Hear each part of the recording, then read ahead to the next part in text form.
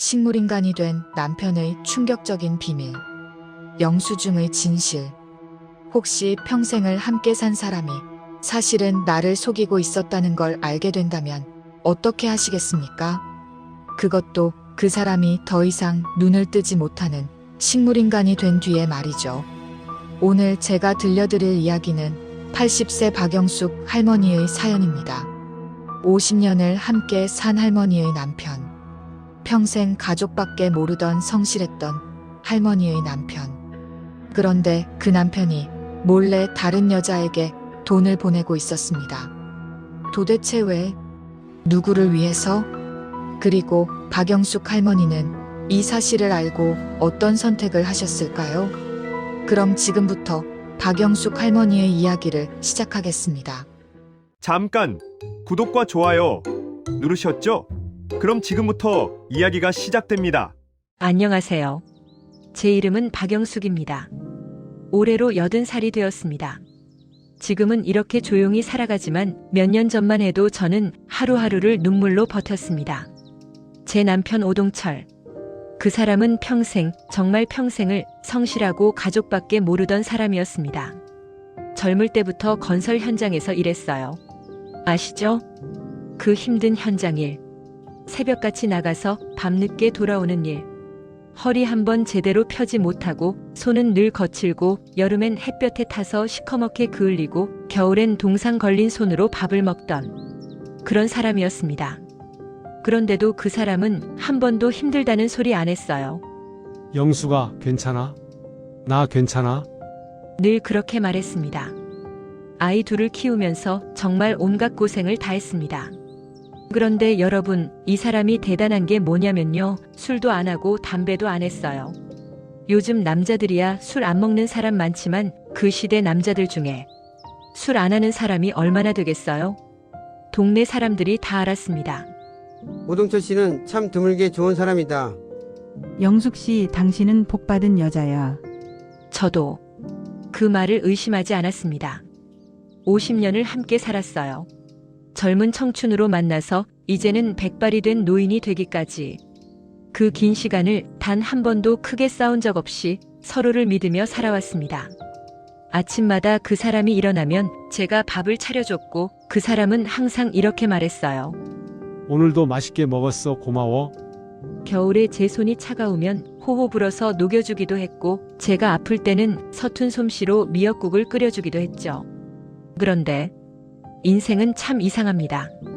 믿음이 가장 깊을 때 그 믿음을 시험하는 일이 찾아오는 법이죠. 2년 전 겨울이었습니다. 그날따라 날씨가 정말 추웠어요. 아침에 남편이 나가면서 그랬습니다. 오늘 눈 온다던데 조심해서 다녀. 저는 대답했죠. 당신도 조심해요. 길 미끄러우니까. 그게 마지막 대화였습니다. 그날 저녁 7시쯤 전화벨이 울렸어요. 낯선 번호였습니다. 받았더니 병원에서 걸려온 전화였어요. 보호자분이세요? 오동철 씨 아내분 맞으신가요? 네, 맞는데요. 무슨 일이세요? 환자분이 교통사고를 당하셨습니다. 지금 응급실에 계십니다. 그 순간 머릿속이 하얘졌습니다. 아무 생각도 나지 않았어요. 택시를 타고 병원에 달려갔습니다. 응급실 문을 열었을 때 남편은 침대 위에 누워 있었고 온몸에 피가 묻어 있었어요. 의사 선생님이 저를 따로 불렀습니다. 그리고 말했어요. 부인, 정신 차리세요. 환자분이 머리를 심하게 다쳤습니다. 지금 뇌출혈로 인해 의식이 없는 상태고 수술을 해도 회복 가능성은 매우 낮습니다. 기적이 일어나지 않는 한 자발적인 의식 회복은 어렵습니다. 식물인간 상태가 될 가능성이 높습니다. 식물인간. 그 말을 듣는 순간 세상이 무너졌습니다. 아니, 이럴 수가. 아침까지만 해도 멀쩡했던 사람인데, 조심해서 다녀 하던 사람인데, 수술은 5시간이 걸렸습니다. 그동안 저는 복도에 앉아서 계속 기도했어요. 제발, 제발 살려주세요. 하지만 남편은 결국 식물인간이 되었습니다. 중환자실에 누워있는 남편을 보면서 저는 매일같이 울었습니다. 여보, 나야. 눈 좀 떠봐. 제발 한 번만 눈 떠줘. 하지만 대답은 없었습니다. 그래도 저는 포기하지 않았어요. 살아만 있다면, 숨만 쉬고 있다면 난 끝까지 버티겠다고 다짐했습니다. 저는 병원에 살다시피 했죠. 남편의 손을 잡고 굳은 몸을 닦여주고 기저귀를 갈아주고 가래를 빼주고 침대를 정리하고 하루에도 10번씩 아니 20번씩 남편에게 말을 걸었습니다. 여보 나야. 영숙이야. 당신 들리지? 오늘 날씨 참 좋아. 큰애가 전화했어. 아빠 보고 싶대. 여보 제발 눈 좀 떠봐. 하지만 남편은 단 한 번도 대답하지 않았습니다. 자식들이 걱정했어요. 엄마 너무 무리하지 마. 조금 쉬어. 엄마 몸도 안 좋잖아. 간병인 쓰자. 하지만 저는 고집을 부렸습니다. 아니야. 엄마가 할 거야. 왜냐하면 나는 그 사람밖에 없었으니까요. 50년을 함께 산 사람. 내 인생 전부였던 사람. 그 사람 곁을 어떻게 떠나겠어요? 그렇게 한 달, 두 달이 지났습니다. 남편의 상태는 나아지지 않았지만 저는 희망을 놓지 않았어요. 언젠가는 깨어날 거야. 기적은 일어날 거야. 그런데 말입니다. 운명이란 게 한 번에 끝나지 않나 봅니다. 시련은 또 다른 시련을 불러오는 법이죠. 바로 그때였습니다. 제가 남편의 가방을 정리하다가 그 끔찍한 비밀을 발견하게 된 건 사고가 난 지 석 달쯤 지났을 때였습니다. 남편이 입원해 있으니까 집에 남편 짐이 그대로 있었어요. 가방, 옷, 서류들. 어느 날 오후 남편 옷가지를 정리하다가 낡은 가방 안쪽 주머니에서 종이 몇 장을 발견했습니다. 처음엔 별 생각 없이 봤어요. 아, 영수증이구나. 그런데 그게 병원 영수증이었습니다. 남편이 낸 병원비 영수증이요. 영수증에는 환자 이름이 적혀 있었어요. 이선자? 누구지 이 사람? 처음엔 잘못 본 줄 알았어요. 그래서 다시 봤죠. 그런데 틀림없었습니다. 환자 이선자. 그 순간 손이 후들후들 떨렸습니다.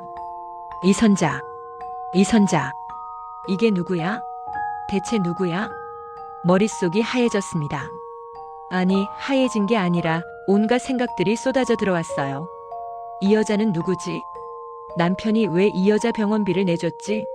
설마 바람핀 거야? 아니야, 그럴 리 없어.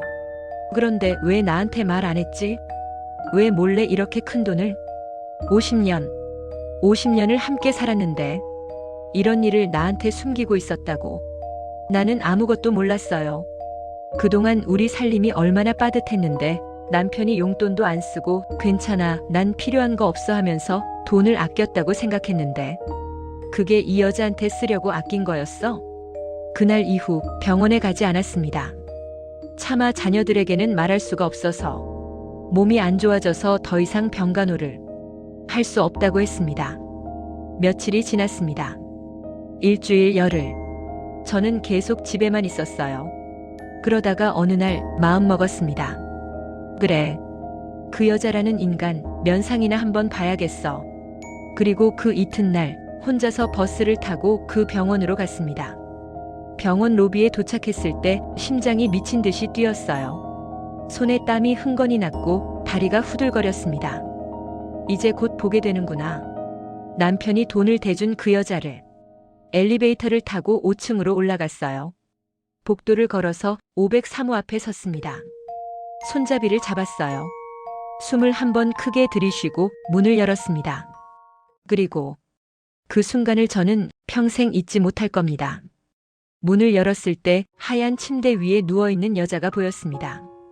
60 정도 보이더군요. 머리카락이 듬성듬성 빠져 있었어요.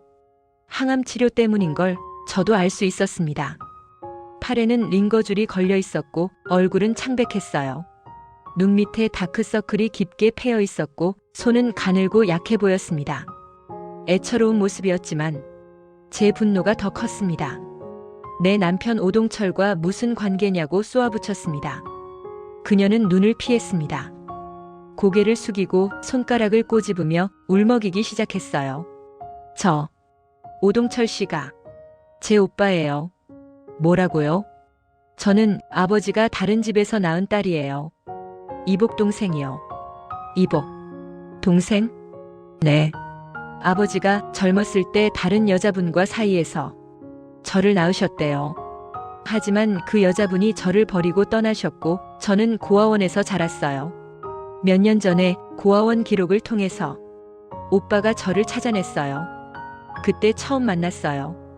오빠는 처음엔 많이 놀라셨어요. 자기한테 이런 동생이 있다는 걸 그때까지 몰랐대요. 하지만 오빠는 저를 외면하지 않으셨어요. 제가 암 진단을 받았다고 하니까 그때부터 병원비를 대주기 시작하셨어요. 넌 내 동생이니까 내가 책임져야 한다고 하시면서 저는 거절했어요. 하지만 오빠는 나 때문에 내가 힘들게 살았으니까 이건 내가 해야 할 일이야. 그러셨어요. 그 순간 제 다리가 풀렸습니다. 침대 옆 의자에 주저앉았어요. 머릿속이 새하얘졌습니다. 저는 한참 동안 아무 말도 못했습니다. 그저 거기 앉아서 멍하니 천장만 쳐다봤어요. 동생. 남편의 배다른 동생. 그 여자는 남편의 여자가 아니었습니다. 남편은 자기 아버지가 남긴 또 한 명의 아이를 외면하지 못했던 겁니다. 그 무거운 짐을 혼자서 짊어지고 있었던 거예요. 나한테 말하면 마음 아파할까봐, 나한테 짐이 될까봐 그렇게 혼자서. 저는 그날 그 병실에서 한참을 울었습니다. 그날 밤 저는 다시 남편이 있는 병원으로 갔습니다. 중환자실 문을 열고 남편 침대 옆에 앉았어요. 그 사람의 손을 잡았습니다. 여전히 차갑고 여전히 아무 반응이 없는 손. 당신은 정말 좋은 사람이에요. 내가 몰랐던 곳에서도 착하게 살았던 사람이에요. 그리고 그로부터 한 달 뒤 어느 새벽이었습니다. 남편은 조용히 숨을 거뒀습니다. 장례식장에는 많은 사람들이 왔어요. 친척들, 친구들, 동네 사람들, 남편이 일했던 현장 동료들. 다들 말했습니다. 오동철 씨는 정말 좋은 사람이었어요. 그런 사람 다시 보기 힘들어요. 그리고 선자도 왔어요. 휠체어를 타고 머리에 모자를 쓰고 떨리는 다리로. 오빠, 오빠. 제가 완치되면 꼭 보여드리려고 했는데. 오빠. 그로부터 1년이 지났습니다. 선자는 완치 판정을 받고 자신의 딸과 함께 미국으로 이민을 갔어요. 거기서 새로운 삶을 시작했습니다. 인생은 참 이상합니다. 오해는 미움을 낳고 미움은 다시 사랑으로 돌아오기도 하네요. 그 긴 시간 속에서 제가 배운 건 단 한 가지입니다. 진실은 늦게 와도 결국 도착한다는 것. 그리고 그 진실 앞에서 서로를 이해하고 다시 사랑하게 된다는 것을요. 오늘 이 이야기가 여러분 마음에 작은 위로가 되었으면 좋겠습니다. 여기까지 박영숙 할머니의 이야기였습니다. 여러분 모두 오늘도 건강하시고 행복한 시간 보내시길 바랍니다. 감사합니다.